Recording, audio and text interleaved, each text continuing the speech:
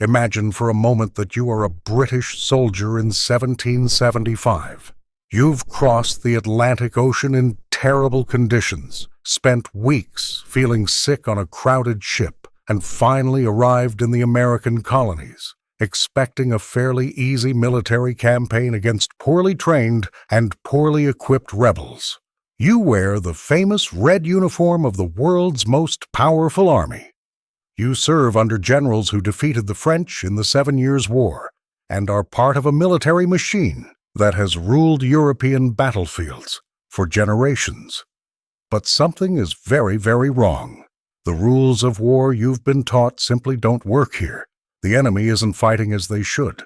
The land is dangerous in ways you never imagined. And with each passing day, you realize this won't be the war you were promised. Welcome to the nightmare of the British Redcoats in the American Revolution. Before we continue, if you're enjoying this content, please subscribe and leave a comment about the time you watch this video. Your participation will greatly help the channel grow. The story we're going to tell today isn't the movie version you've seen. It's the brutal, complicated, and often terrifying reality of what it really meant to be a British soldier fighting the American Revolutionaries. We'll explore why this war was so different, so difficult, and so devastating for the men who wore the red and marched into what they thought was just another colonial campaign. Brace yourself, because this journey will take over an hour, and each minute will reveal another aspect of the hell the Redcoats faced. Let's start with the obvious, the uniform.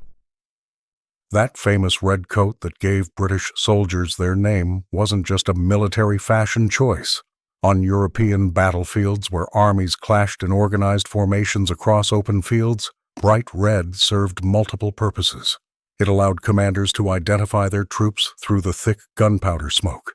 It created a scary psychological effect as hundreds of soldiers advanced in perfect lines, and it had a grim practical function.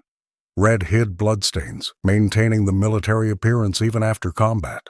But in the dense forests of America, that bright red uniform became a walking death sentence.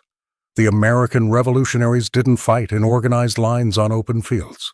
They hid behind trees, rocks, and stone walls. They used the land in ways that violated every rule of European warfare.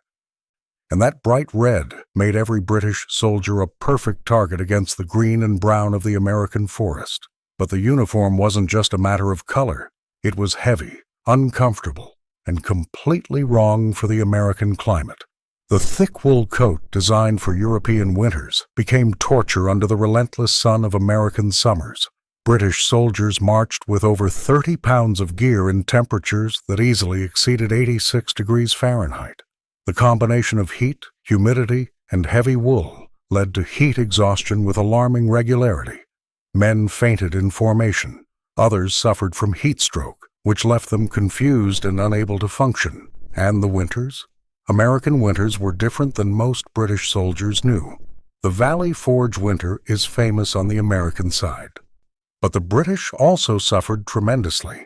The same uniform that suffocated them in the summer proved inadequate for the freezing winters. Leather boots, though durable, were not designed for deep snow and constant ice. Frozen feet and gangrene were constant companions during the winter months. Now let's talk tactics. The British trained for years to fight in a specific way. Battle lines, close formations, coordinated musket volleys. It was a system that worked brilliantly in Europe, where armies met on defined battlefields and fought according to accepted rules. A British soldier was trained to stand in his position, load and fire his Brown Bess musket in a coordinated sequence with his comrades, and advance or retreat as ordered. Discipline was everything. Coordination was supreme. But the American Revolutionaries didn't read the European War Manual. Or they did and decided they didn't care. They fought like, well, Americans. This meant using the land to their advantage. It meant firing from cover. It meant retreating when necessary and advancing when the opportunity arose without worrying about whether it seemed honorable or not. To the British, this was deeply unsettling and frustrating. Consider the perspective of a regular British soldier. You've trained to face an enemy head-on. You expect to see the enemy lines, hear their drums, witness their organized approach. But in America, the enemy is everywhere and nowhere at the same time. You march down a forest road and gunfire erupts from all directions. You can't see who's shooting. You can't return fire effectively because there's no clear target. You can only keep marching, hoping the bullet with your name on it won't find you. American snipers were particularly terrifying. In Europe, shooting at officers was considered bad conduct. Officers, with their distinctive uniforms and noticeable positions, were technically targets, but there was an unspoken understanding that you didn't aim specifically at them. It was a matter of military honor. The Americans had no such concerns. British officers, easily identifiable by their elaborate uniforms and commanding positions, were prime targets. This created a massive strategic problem for the British. Experienced officers were precious resources, taking years to train and impossible to replace quickly in the American theater. When American snipers began systematically eliminating British officers, the chain of command suffered severely. Units became disoriented. Orders were not transmitted effectively. The command structure so essential to the British way of warfare began to crumble. And the rifles. Oh, the rifles. British Brown Bess muskets were reliable and strong weapons, but they weren't accurate beyond about 50 yards. This was fine for mass volleys against dense formations, but terrible for woodland combat against individual targets. The Americans, particularly those on the frontier, carried Kentucky and Pennsylvania rifles, which were accurate at much greater ranges. A skilled American marksman could shoot down a British soldier at 200 yards, well beyond the effective range of the Brown Bess. This meant the British often came under fire without being able to return fire. Imagine the frustration and terror of being targeted by an enemy you can't see and can't hit. You're just standing there in your organized formation, being shot at by unseen snipers, hoping the next bullet won't find you. It's a special kind of psychological hell. Now let's address something rarely discussed: logistics. War is as much about supplies as it is about shooting, and the British logistical situation in America was a nightmare. Everything had to come from across the Atlantic: food, ammunition, clothing, medical equipment, horses, everything. And this supply chain spanned thousands of miles of stormy ocean, took months to complete, and was vulnerable to attack at every stage. British supply ships had to sail across the Atlantic, a dangerous undertaking even in peacetime. Storms could sink ships carrying vital supplies. American privateers, private ships armed with permission from the government, attacked British merchant ships, capturing or destroying precious cargo. Even when supplies reached American shores, they had to be transported through often hostile territory to reach the troops who needed them. Compare this to the American situation. They were fighting on their own land. Local farms could provide food. Local blacksmiths could repair equipment. Local militias knew every trail, every shortcut, every place to cross every river. The Americans had a decentralized supply network that was nearly impossible to completely cut off. The British had a centralized supply line, stretching across an ocean that could be interrupted in countless ways. This led to situations where British soldiers, part of the best-funded and best-equipped army in the world, were starving, lacking adequate ammunition, or wearing torn uniforms because supplies simply weren't arriving. The irony was cruel. You could be part of the richest empire on Earth and still be starving in some American wilderness because your supply ship sank in an Atlantic storm. And the food, when it did arrive, wasn't exactly appetizing. Standard British Army rations consisted mainly of tough salted meat, ship's biscuits that were often infested with insects, and the occasional rum or beer. Nothing fresh, nothing nutritious in the modern sense. Scurvy was a real problem. Malnutrition was common. Digestive problems were universal. The Americans, fighting on their own soil, had access to fresh food, vegetables from local farms, meat hunted in nearby forests, fresh bread baked in supporting communities. It wasn't luxurious, but it was substantially better than what the British ate. And in a long war, nutrition matters. Well-fed soldiers fight better, get sick less, and maintain higher morale. Speaking of morale, let's discuss the psychological aspect of fighting in completely foreign territory against people who speak your language. For many British soldiers, especially those recruited from the British Isles, America was completely alien. The forests were denser and more extensive than anything they had ever seen. The wildlife included animals they had never seen before. The climate was more extreme in both directions, and they were fighting against people who, until recently, had been British subjects. This created a strange problem. You're shooting at people who speak English, who have English names, who until recently swore allegiance to the same king you serve. Some British soldiers had relatives in the colonies. Some had served alongside colonials in previous wars against the French and natives. Now they were being ordered to kill them. To complicate matters further, not all Americans were revolutionaries. There were a significant number of loyalists, colonials who remained loyal to the British Crown. This meant the British often couldn't tell friend from foe. That farmer you meet on the road might be a peaceful loyalist or a militia member waiting to ambush you as you pass. That quiet town might be full of revolutionary spies or might be staunchly loyalist. You just don't know. This constant uncertainty is psychologically draining. In a traditional European war, the lines are clear. You know who the enemy is because they wear different uniforms, speak different languages, and are clearly on the other side of the battlefield. In America, the enemy could be anyone, your neighbor, your supplier, the person who sold you food yesterday. This constant paranoia corrodes the mind in ways that direct combat does not. And then there were the Americans' alliances with native nations. Native American tribes had their own reasons for fighting, reasons that existed before the Revolution and would continue after it. Some tribes allied with the British, seeing them as the lesser of two evils compared to the American colonists, who continually moved onto their lands. Other tribes allied with the Americans remained neutral or switched sides as their circumstances changed. For British soldiers, fighting alongside or against Native American warriors was a terrifying experience. Native Americans fought in ways even more alien to European rules than the American Revolutionaries. Sophisticated guerrilla tactics, intimate knowledge of the terrain, and the ability to move silently through forests all made them formidable adversaries or valuable allies. But even when natives fought on the British side, there was tension and misunderstanding. Deep cultural differences, language barriers, and different strategic objectives meant that cooperation was often strained.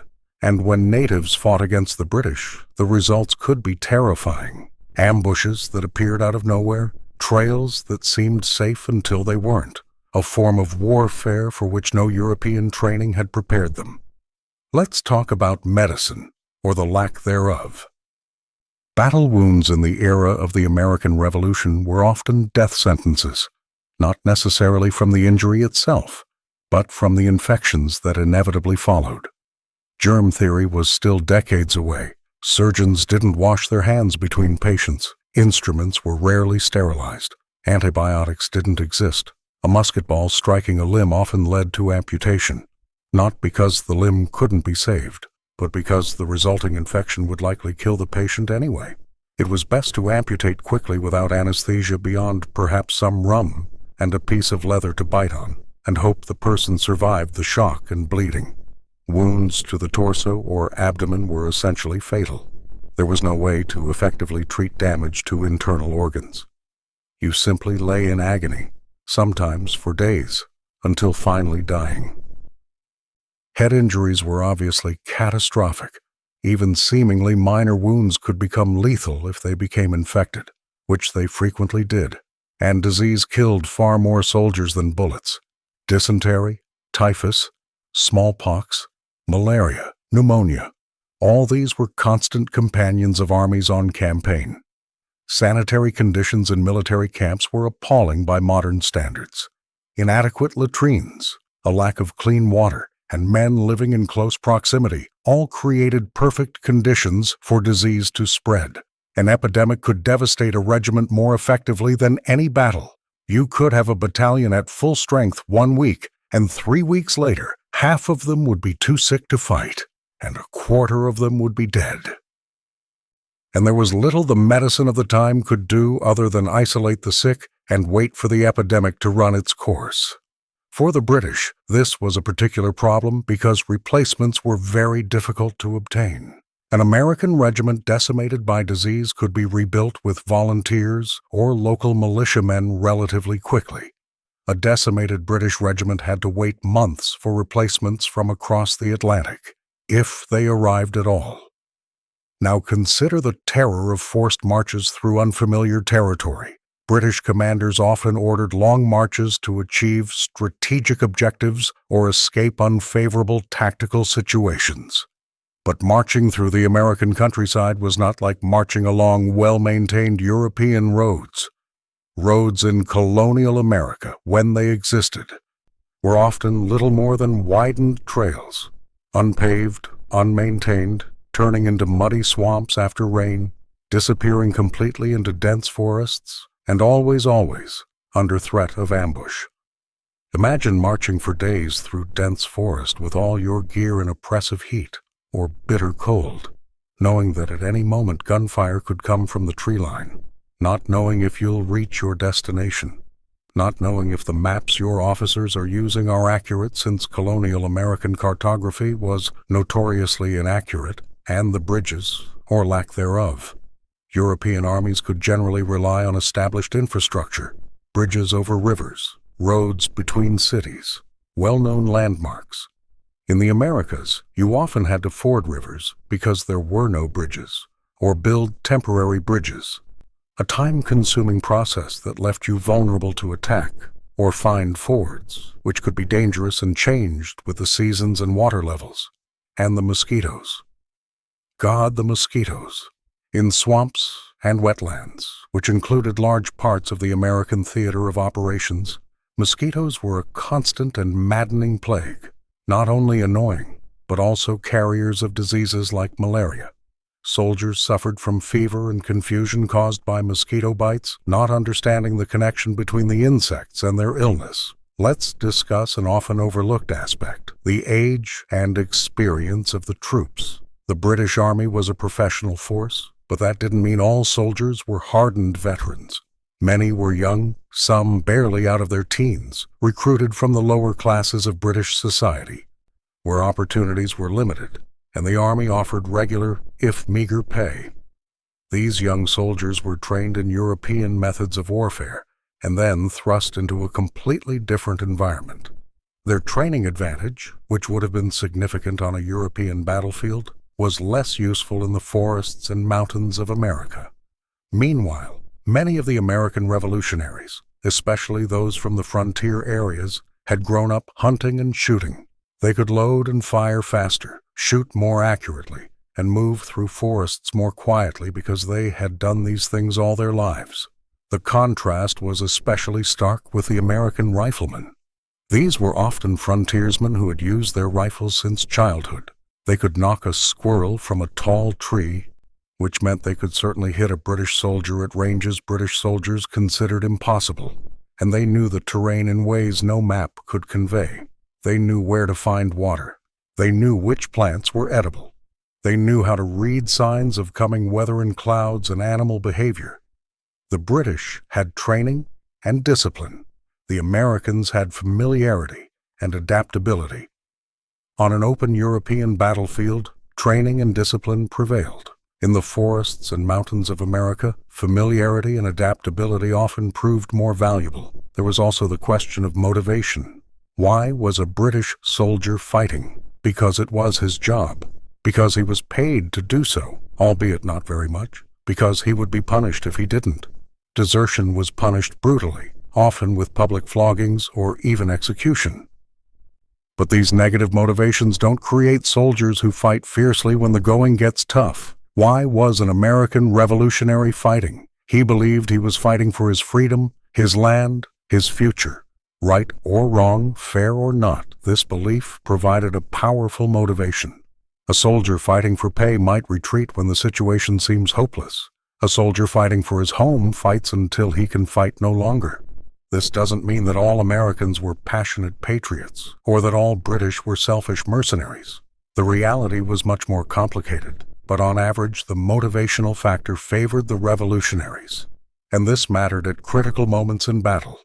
And then there were the Hessians. The British Army, overstretched and unable to recruit enough soldiers quickly, resorted to hiring German mercenaries, primarily from the states of Hessen-Kassel and other German principalities.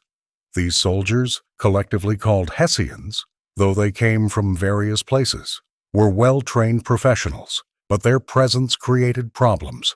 For the British soldiers, there was resentment. Here were foreigners being paid more than they were for doing the same work.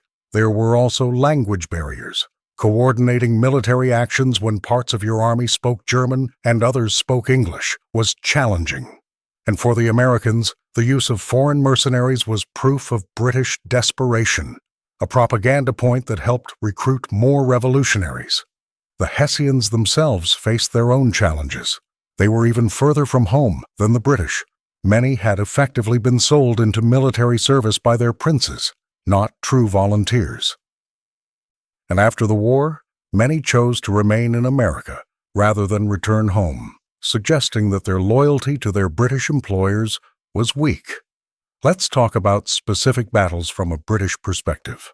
Bunker Hill is often presented as a British victory because they eventually took the position, but it was a Pyrrhic victory. The British suffered over 1,000 casualties, including many officers, to capture a hill that had no lasting strategic value. The Americans retreated in order, inflicting disproportionate losses on the attackers. For the British soldiers marching up the hill under heavy fire, it must have been terrifying. You advance in organized formation, your comrades falling around you, climbing terrain that gives the defenders every advantage, and when you finally take the position, you look around and see so many dead and wounded that the victory seems hollow. Or consider the Battle of Saratoga, the turning point of the war. General Burgoyne marched his army into upstate New York, hoping to rendezvous with other British forces and divide the colonies. But the other British armies failed to show up. Burgoyne's supply lines were cut. He found himself surrounded by growing American forces, growing increasingly desperate. For the soldiers under Burgoyne's command, it must have been a growing nightmare. Dwindling rations, ammunition running low, no hope of relief coming, constant skirmishes bleeding his army dry, and finally the humiliation of surrender, something almost unheard of for a British army. The Battle of Cowpens revealed another British weakness. General Tarleton, commanding a force of dragoons and infantry, recklessly attacked an American force that had carefully positioned itself. The Americans executed a brilliant fake retreat, luring the British in and then surrounding them. To the British soldiers, it seemed they were winning, the enemy retreating, until they suddenly discovered they were surrounded and being fired upon from all sides. And the siege of Yorktown, the final major battle. General Cornwallis fortified himself at Yorktown, hoping to be rescued by the Royal Navy. But the French fleet, allied with the Americans, controlled the bay. The Royal Navy was repelled. Cornwallis was surrounded by vastly outnumbering American and French forces with his back to the water, and no hope of escape or rescue. For the British soldiers at Yorktown, it must have been desperate. Constant bombardment from Franco-American artillery, supplies running low, the wounded and sick crowded in every available space, and finally the inevitable surrender, marking the effective end of the war.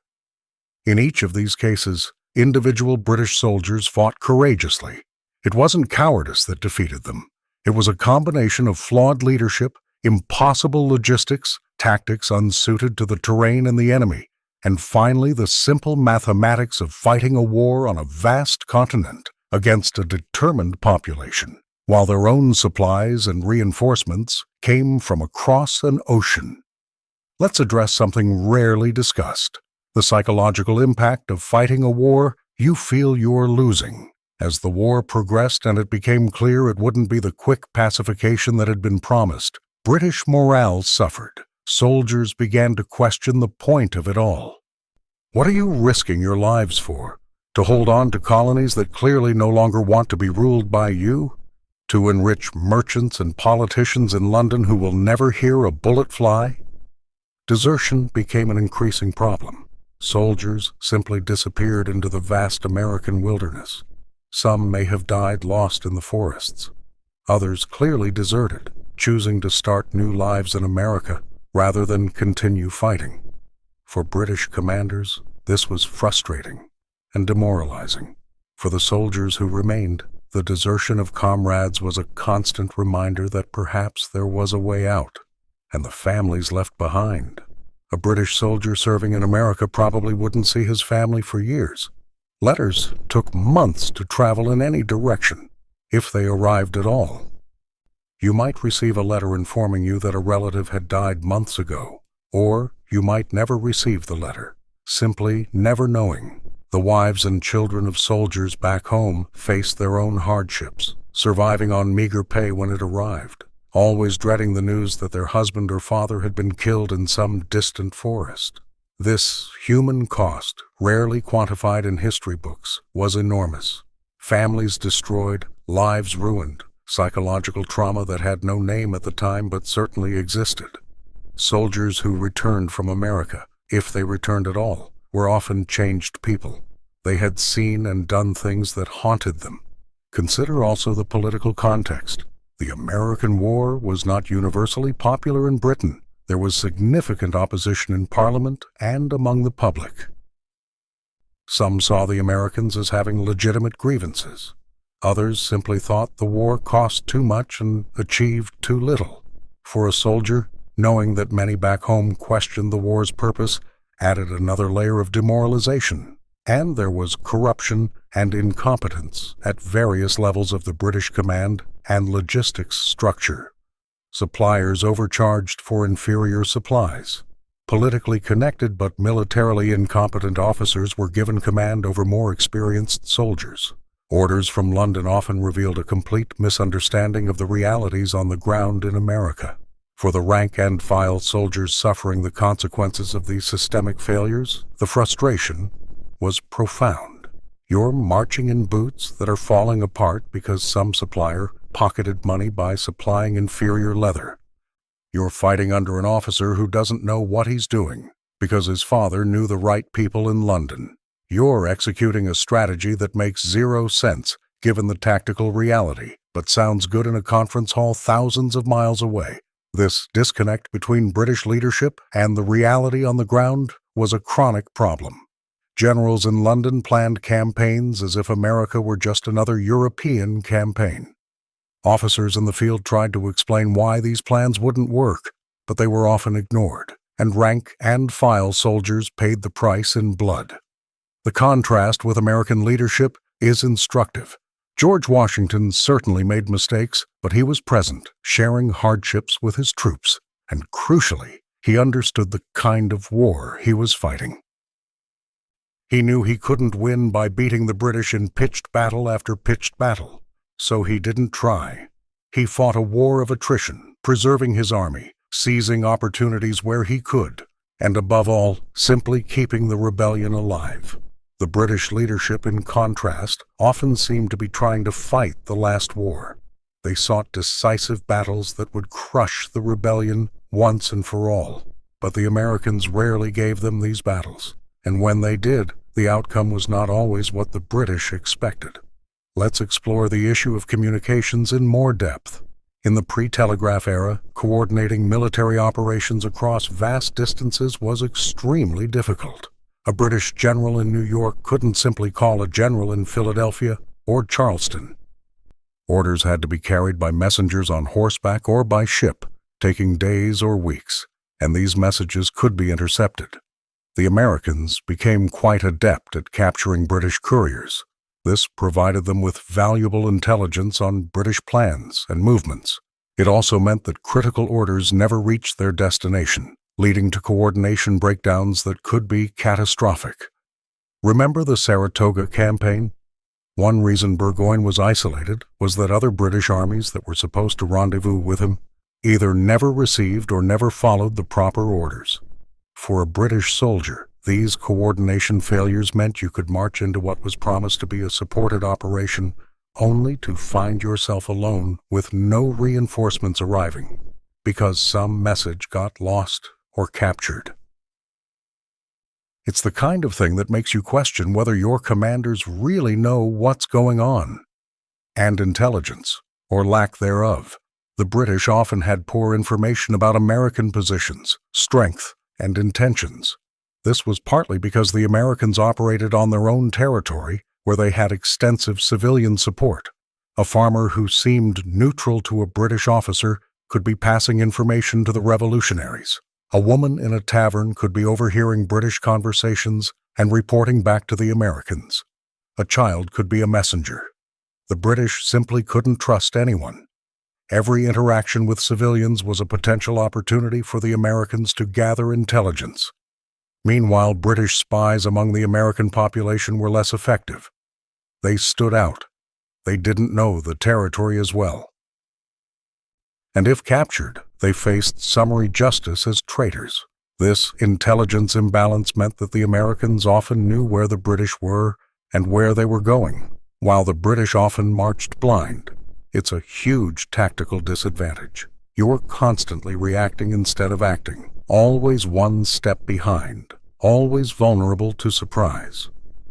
Now let's talk about something rarely discussed in military histories: boredom. War isn't constant action. It's long periods of boredom interrupted by moments of absolute terror. A British soldier in America spent the vast majority of his time not fighting, but waiting. Waiting for orders, waiting for supplies, waiting for something to happen. This boredom was corrosive. Without adequate entertainment, without regular contact with loved ones, without variety in routine or diet, the days blended into a gray monotony.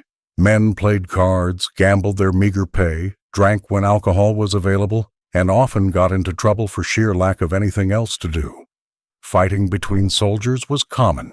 Minor offenses escalated into major disputes because there was nothing else to focus on. Officers tried to maintain order through strict discipline, but this often only created more resentment. Floggings for minor offenses were routine, and watching a comrade being publicly whipped did nothing to improve morale. And when the action finally came, it was often so sudden and chaotic that the previous boredom made it harder to respond effectively. You're half asleep from the monotony, and then musket fire erupts from the tree line, and you have to instantly transform into a fighting machine. This shift, repeated over and over, wore men down psychologically. Consider also the impact of distance and isolation. A British soldier in America was farther from home than most people of his time would ever travel in their entire lives. There were no phone calls home. There were no video calls. A letter could take months each way. For many, especially those from less privileged backgrounds without extensive education, writing letters was a challenge. Some were completely illiterate. This isolation created a kind of existential despair. You are in a strange place, fighting against people who speak your language for purposes that are not entirely clear to you, without any real connection to home. If you die here, your family may not know for many months. You will be buried on foreign soil, far from anyone you knew before this war. Americans fighting on their own soil faced no such isolation. They could occasionally go home. Their families knew people who knew where they were and what they were doing. If they died, they would be buried in familiar soil. This may seem like a small comfort, but psychologically, it mattered. Let's discuss the issue of occupation. The British controlled several American cities at various points during the war: Boston, New York, Philadelphia, Charleston. But controlling a hostile city is very different from controlling a battlefield. You have to maintain order among a population that largely doesn't want you there. You have to guard against sabotage, espionage, and insurrection. For British soldiers assigned to occupation duty, it was unpleasant work. You were essentially policing people who hated you. Small-scale resistance was constant. Merchants might refuse to sell to you or charge outrageous prices. Necessary information would be withheld, and there was always the risk of violence. A soldier, isolated on a dark street, was vulnerable. British attempts to govern occupied territory were largely unsuccessful. They could control urban areas where they had strong garrisons, but the surrounding countryside often remained firmly in revolutionary hands. As soon as British patrols left an area, the revolutionaries would return. It was like trying to hold water in closed hands. It would run through your fingers no matter how tightly you gripped it. This created a frustrating situation where the British could win battles, take cities, control ports, and still not truly be winning the war. The territory they controlled was limited by the range of their cannons. Beyond that, America belonged to the revolutionaries, and you can't pacify an entire continent that way. There was also the issue of war crimes and atrocities. War is brutal, and the American Revolution saw its share of brutality on both sides. But for British soldiers, there was particular pressure because every atrocity committed by British forces became revolutionary propaganda, recruiting more Americans to the rebel cause. The Waxhaws Massacre, where British forces under Tarleton allegedly massacred Continental soldiers attempting to surrender, became a rallying cry. Tarleton's quarter meant give no quarter. True or exaggerated, the story spread and stiffened American resistance. Every house burned, every civilian mistreated. Every promise broken by the British served the revolutionaries better than any recruitment drive could. Some British soldiers undoubtedly committed atrocities out of anger, frustration, or sheer malice. Others may have been more careful, but they were painted with the same brush, and all suffered the consequences of an increasingly unforgiving and hostile American population. On the other hand, when atrocities were committed against British soldiers or loyalists by revolutionaries, it reinforced the British view of Americans as lawless rebels who didn't deserve to be treated as legitimate combatants. This created a vicious cycle of brutality begetting counter-brutality, with each side using the other's actions to justify their own. For individual British soldiers trapped in this cycle, it was dehumanizing. It's easier to shoot someone if you see them as less than human, but the Americans were obviously human. They spoke English, they had families, they weren't fundamentally different from you.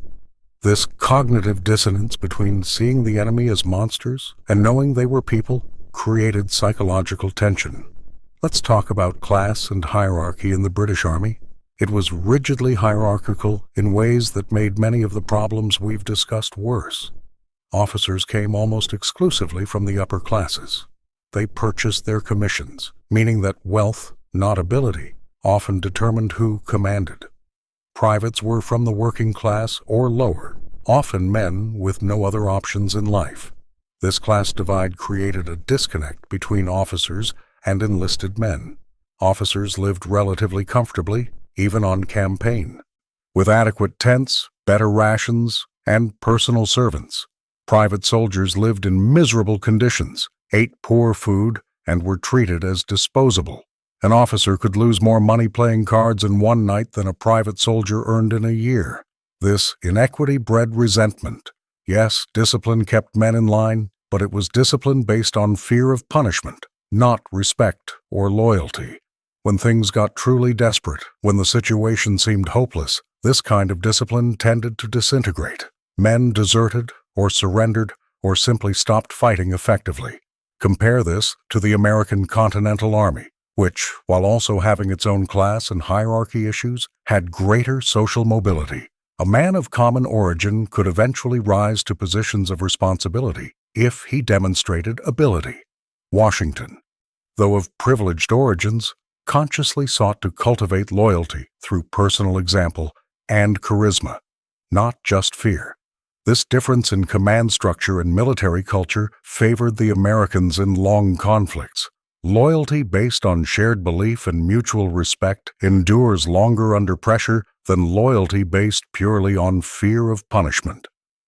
Now let's address a technical issue that had enormous practical implications: gun maintenance. The Brown Bess musket was a reliable weapon, but it required regular maintenance to remain functional. In humid American climates, especially in the South, black powder could become damp and useless. Firing mechanisms could rust. Wood could warp. Keeping weapons functional required regular cleaning, oiling, and replacement parts. But in America, with precarious supply lines, replacement parts were often unavailable. Tools for proper maintenance were scarce, and the conditions under which soldiers lived made proper maintenance extremely difficult. You can't properly clean a musket when it's raining and you don't have adequate shelter. This meant that at any given time, a percentage of British weapons were malfunctioning or completely non-functional. For a soldier whose musket fails to fire when he pulls the trigger, this is potentially fatal. You're in the line of battle, supposedly part of a coordinated volley, and your weapon doesn't fire. Now you're defenseless as the enemy fires back. Americans faced similar problems, but they had easier access to local blacksmiths who could make repairs. And many American soldiers had maintained their own weapons for years before the war, so they understood how to keep them functional. It was part of their civilian lives in ways that it wasn't for British soldiers, for whom the musket was military equipment, not a personal tool. There's also the issue of animal feed and transportation. Armies relied on horses and oxen for transport, artillery, and cavalry. These animals needed to be fed, watered, and cared for. In Europe, animal fodder was generally available. In America, especially when moving through hostile or undeveloped territory, feeding hundreds or thousands of animals was a huge challenge. Animals that died or became too weak to work had to be replaced.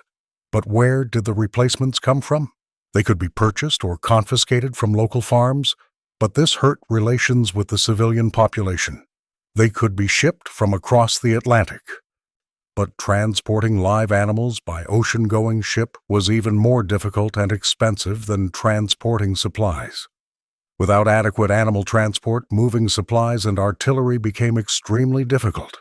You might have cannons you couldn't move to where they were needed because you didn't have enough horses to pull them. You might have supplies rotting in a warehouse because you didn't have enough wagons to distribute them. The Americans, again, had an advantage here. They could get animals and vehicles from local farms when needed. They didn't have to bring everything from across the ocean. Their supply lines were shorter and more flexible.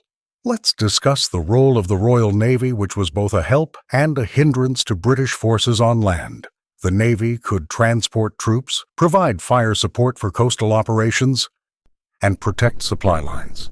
Control of the seas was vital to the British war effort, but ships couldn't sail across land. Controlling the coast didn't give them control of the interior, and when France entered the war on the side of the Americans, British naval supremacy was challenged. The French fleet could contest control of coastal waters, as decisively demonstrated at Yorktown. For British soldiers in coastal garrisons, the Navy was a lifeline. But for those operating inland, the Navy could be hundreds of miles away and essentially irrelevant to their immediate needs. You can't eat a ship. You can't fire naval guns in a forest ambush. This disconnect between naval power and the needs of land warfare was a fundamental strategic problem. Britain was a supreme naval power, but the American Revolution was fundamentally a land conflict on a vast continent. Naval forces simply could not project power inward enough to pacify the interior. Now consider the psychological impact of surviving versus thriving. A British soldier in America wasn't trying to build a life. He was trying to survive until he could return home. Each day was about getting through it, not about achieving any meaningful goal. This kind of survival mentality is exhausting. Compare that to American colonists who, even during the war, were building their lives. They had farms to maintain, families to raise, communities to build. The war was a terrible interruption, but they had something beyond the war to focus on. For British soldiers, especially those on extended campaigns, the war was everything. There was no normal life to return to until they returned to Britain, if they ever returned. This difference in time perspective affected everything. If you're just trying to survive today, You make different choices than if you're building something lasting. You don't invest in relationships with local civilians because you're not staying. You don't learn about the territory because you don't plan to be here long term. You don't adapt deeply because in your mind, you're just surviving until you can leave. Americans had no choice but to adapt. This was their home. They weren't leaving. This fundamental difference in perspective gave Americans another intangible but important advantage. Let's address something rarely discussed: dental health. It may seem trivial, but consider that poor nutrition, a lack of any real dental hygiene, and combat injuries all contributed to terrible dental problems. Dental infections were common and could be fatal in the pre-antibiotic era. The pain of an abscessed tooth is excruciating, and there was no real treatment available other than extraction, without anesthesia. A soldier suffering from severe dental problems couldn't eat properly, couldn't sleep, couldn't focus. But there were no dentists in the armies in the field. At most, a regimental surgeon could attempt to extract an infected tooth, but that was a brutal and dangerous operation in itself. These small but debilitating health problems added up. It was one thing to fight a battle when you were relatively healthy. It was quite another to fight when you had chronic dysentery, an infected tooth, blistered feet from the march, and were malnourished. But these were the conditions many British soldiers faced. Now let's talk about a darker aspect: executions and capital punishment. Desertion, insubordination, and cowardice in the face of the enemy were all punishable by death. Executions were public, intended to serve as a deterrent. A condemned soldier would be shot by a firing squad of his own comrades, forcing men to kill someone they knew to maintain discipline. Imagine the psychological impact of being in a firing squad, ordered to shoot a fellow soldier, or of witnessing such executions regularly, knowing you could be next if you committed the wrong offense. This created an atmosphere of fear that maintained order but also generated deep resentment and psychological trauma. Flogging was even more common. A condemned soldier would be tied to a post or wheel and whipped, sometimes hundreds of times until his back was raw. Surviving such punishment was agonizing. Recovery took weeks, during which he could not fight effectively, and the physical and psychological scars were permanent. This brutality was considered necessary to maintain discipline in an army where men were primarily recruited from lower classes and might not have internalized military values. But it created an environment where men obeyed out of fear, not loyalty or conviction. And when opportunities for desertion arose, this kind of fear-based loyalty often proved insufficient. Consider also the experience of being wounded and captured. If you were captured by the Americans, your fate depended greatly on where and when. Treatment of prisoners varied greatly. Some British prisoners were treated reasonably well, especially if captured by regular Continental forces. Others, captured by angry militias or in areas where British atrocities had occurred, could face very harsh treatment. There was no Geneva Convention. There were no internationally accepted standards for the treatment of prisoners. Everything depended on the inclinations of whoever captured you. Some British prisoners were held in appalling conditions on prison ships or makeshift prisons where disease and malnutrition killed as many as fighting. Others were eventually released in prisoner exchanges, or interestingly, some were offered freedom if they swore not to take up arms against the Americans again. Some even formally defected and joined the American side, though this would brand them traitors if they were recaptured by the British. The uncertainty of being a prisoner of war without clear rules was psychologically terrifying. You didn't know what to expect. You didn't know if you'd ever see home again, and you had no control over your fate, completely at the mercy of people who had every reason to hate you. Now let's discuss an often overlooked factor: the impact of war on cognitive abilities. Chronic stress, malnutrition, lack of sleep, and trauma all affect brain function. Soldiers making decisions under these conditions were not operating at full mental capacity. Judgment is impaired. Reflexes slow. Memory suffers. For commanders trying to make strategic choices while dealing with extreme stress and inadequate information, this led to errors. For rank-and-file soldiers trying to follow complex orders while exhausted and terrified, it led to confusion and execution failures. War has its own type of cognitive strain that is distinct from physical damage but equally debilitating. The Americans, fighting on familiar territory with better nutrition and often better rest when not in active engagement, had an advantage here. It wasn't that they were smarter, but that they were operating under conditions that allowed their brains to function better. Let's talk about hope versus despair. Hope is a vital psychological resource. Without hope that their situation will improve, that their suffering has purpose, that they will survive and return to a normal life, people break down. The American Revolutionaries had hope that they were creating something new, a free nation. This hope sustained them through tremendous hardship.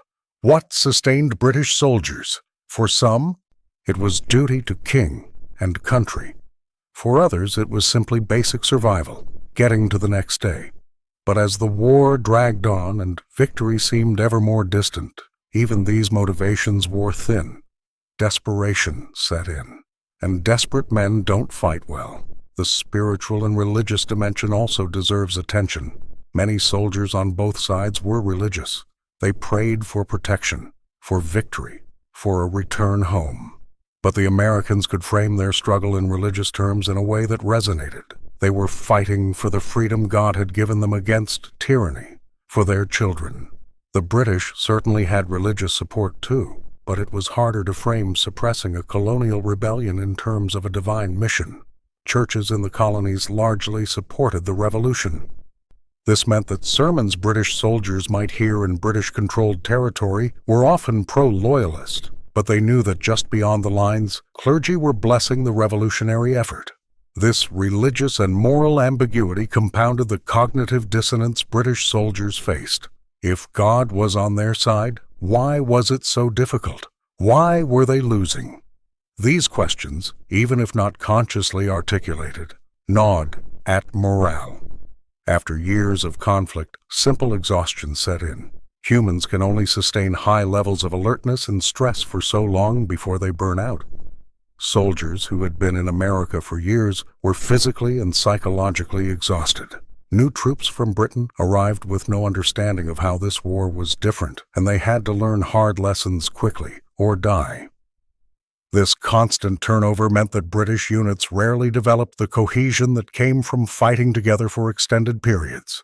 Experienced veterans were mixed with inexperienced recruits. Officers who understood the peculiarities of American warfare were replaced by others who arrived with European ideas about how things should be done. The Americans, meanwhile, were developing institutional expertise. The same units fought together year after year. They learned lessons and retained that knowledge. The Continental Army that emerged at the end of the war was far more professional and capable than the collection of militias that began at Lexington and Concord. As we near the end of this narrative, consider the final irony. The British Army in America included some of the finest professional soldiers in the world. They had better training, better equipment in theory, and the backing of the richest empire on earth. And yet they lost to an army of farmers, traders, and frontiersmen. Why? Not because the British soldiers lacked courage. They fought with tremendous bravery under terrible conditions. Not because their leaders were all incompetent, though there certainly was incompetence. They lost because they were fighting the wrong kind of war, in the wrong way, in the wrong place. Every advantage they should have possessed proved less valuable in the American context than it appeared on paper. Numerical superiority meant less when you couldn't bring enough numbers to bear because logistics were impossible. Superior training meant less when the tactics you trained for were inadequate for the terrain. Better equipment meant less when you couldn't maintain it or replace it when it broke down. Support from a wealthy empire meant less when that empire was thousands of miles across an ocean. The Americans won not because they were better soldiers, man for man, though many were excellent. They won because the very nature of the war favored everything they had and punished everything the British tried to do. It was a fundamental mismatch that no amount of bravery or professionalism on the British side could overcome. For the individual British soldiers who survived and eventually returned home, the experience left a lasting mark. They had seen comrades die for causes that seemed increasingly senseless. They had suffered hardships that no history can fully capture. They had fought bravely and yet witnessed defeat. Many carried physical and psychological trauma for the rest of their lives, wounds that never healed properly, nightmares of forest ambushes, memories of friends dying in their arms, survivors' guilt, questioning why they lived when so many others died. And all this for a war that Britain ultimately lost anyway. The American Revolution was, from the British perspective, a catastrophe on virtually every level. It cost tremendously in lives, treasure, and prestige. It failed in its objectives, and it taught lessons about the limits of military power that British leaders should have learned before sacrificing so many of their soldiers. To the Redcoats, who marched in the American woods, who froze in the American winters, who sweltered under the American sun, who were ambushed by an enemy who refused to fight properly, who died of disease and wounds far from home, who survived only to bear scars that never faded. Your story is one of courage in the face of overwhelming obstacles, of perseverance despite terrible odds, and ultimately of sacrifice for a cause that was doomed from the start. The British Redcoats' nightmare wasn't that they faced a supernatural or impossible enemy. It was that they faced an enemy perfectly adapted to their environment, fighting for something they believed in, using methods the British had no effective response to, on a continent too vast to control. It was the nightmare of discovering that everything you were taught, everything you trained for, everything you thought would give you victory, simply didn't work. And then, in the end, marching to lay down their arms at Yorktown, listening to the band play "The World Turned Upside Down," they faced ultimate defeat. The world had truly turned upside down. The impossible had happened. The colonial rebels had defeated the most powerful army on earth. This is the story rarely told from the perspective of the losers.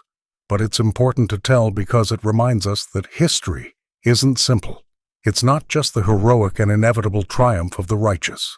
It's complicated, tragic, and filled with human suffering on all sides. The British soldiers who fought in the American Revolution deserve to be remembered not as simplistic villains, but as human beings trapped in an impossible situation, doing the best they could under circumstances no training could have prepared them for. This story is a testament to both human resilience and the limits of military power. We've reached the end of this long journey through one of the most fascinating and complex chapters in military history. For over an hour, we explored the brutal realities, impossible challenges, and human suffering that defined the experience of British soldiers during the American Revolution. We learned that history is not just made of grand strategies and famous battles, but of the individual experiences of thousands of ordinary people trapped in extraordinary circumstances. We saw how uniforms, tactics, logistics, climate, terrain, culture, psychology, and countless other factors combined to create a nightmare from which many never awoke. We understood that courage and professionalism, admirable as they may be, are not always enough when fundamental conditions favor the adversary. And we recognize that even on the losing side of a historic conflict, there are profound lessons to be learned about human nature, the limits of power, and the true costs of war. Before we conclude, I want to express my deep gratitude to the Lord God for allowing us to study and understand these historical events. I thank the Creator for the wisdom we can draw from history, for the lessons that past events teach us about the present and the future. I thank God for the opportunity to share this knowledge, for the ability to reflect on human suffering with empathy and understanding, and for the blessing of being able to learn from the mistakes and sacrifices of those who came before us. May the Lord bless all those who seek knowledge and understanding through the study of history. May He grant us wisdom to learn from the past without repeating its mistakes. May He grant us compassion to recognize the humanity on all sides of any conflict, and may He always guide us toward peace, justice, and mutual understanding among peoples. I thank the Lord God for you who dedicated more than an hour of your time to this educational journey. May this knowledge be useful in your life. May it broaden your perspective, and may it inspire you to continue seeking understanding of the world and its history. May God bless you and your family abundantly. All honor and glory to the Lord yesterday, today, and forever. Amen.